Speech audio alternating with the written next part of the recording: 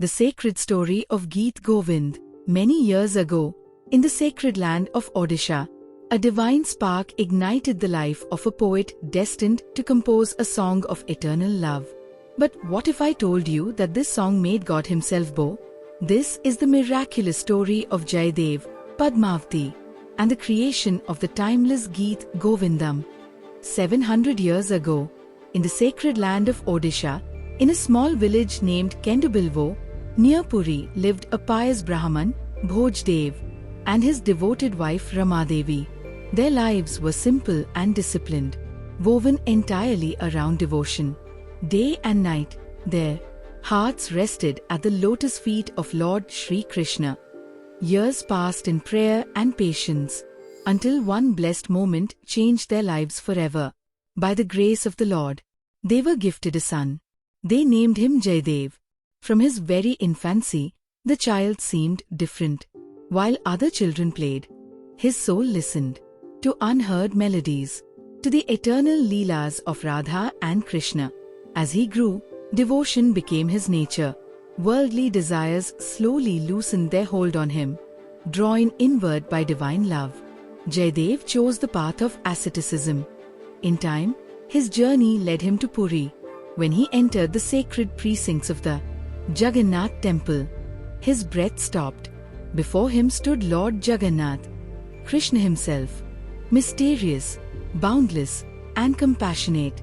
Overwhelmed, Jayadeva felt he had found his eternal refuge. Leaving the bustle of the city, he built a humble hut on the serene banks of the river Prachi. There, surrounded by flowing waters and whispering winds, he lived a life of prayer, meditation, and complete surrender. One fateful day, as his heart dissolved in devotion, the divine veil lifted. Before him appeared Radha Devi and Lord Krishna, their forms radiant, their eyes overflowing with love. "Preach our eternal pastimes," they commanded gently. Trembling with humility, Jayadeva accepted their will. From that moment onward, his devotion flowed not only through worship, but through words. In sacred Sanskrit verses, he began to weave a timeless song, a lyrical symphony of Radha's longing and Krishna's surrender.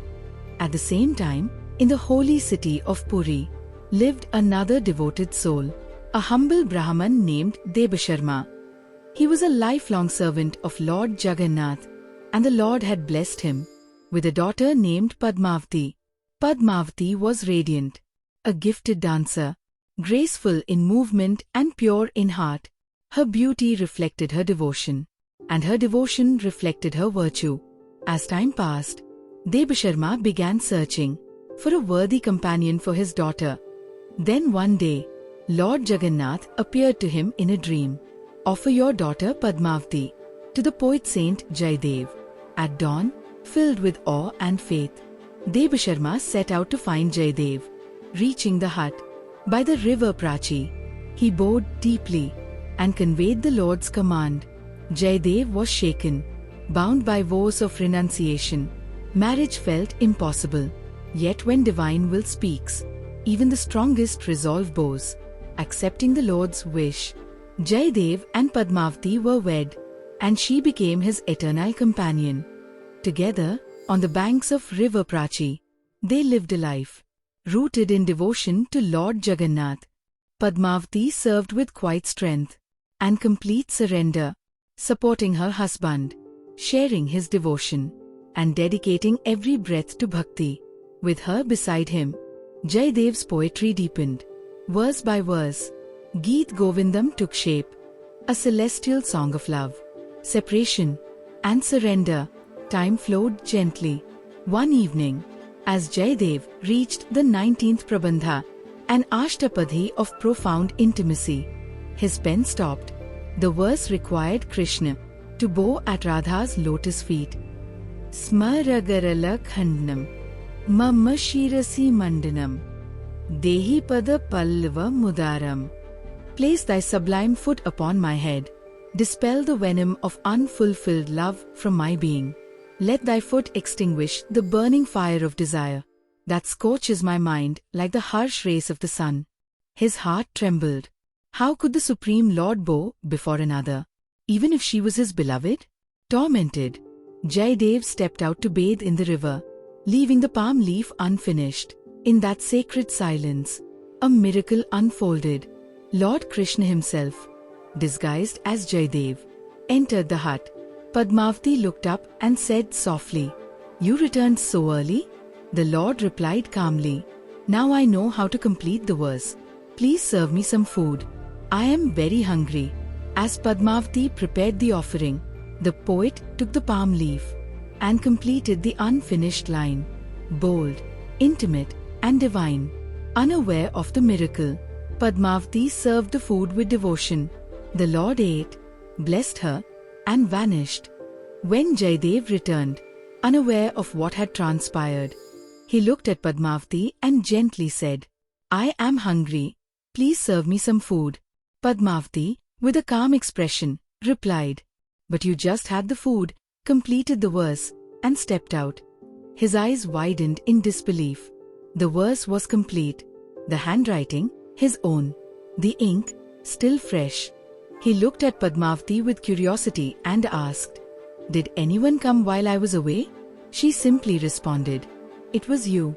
In that moment, Jayadeva entered ecstatic trance. He understood. Lord Krishna had written his own surrender.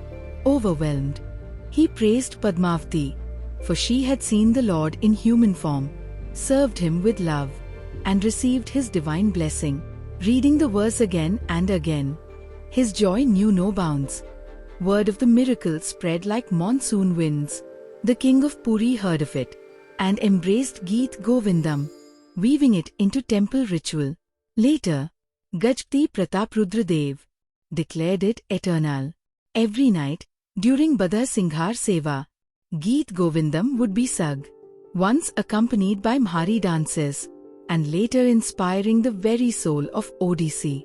Even today, after its recitation, the deities are adorned with Git Govindam Khandua, woven with its sacred verses.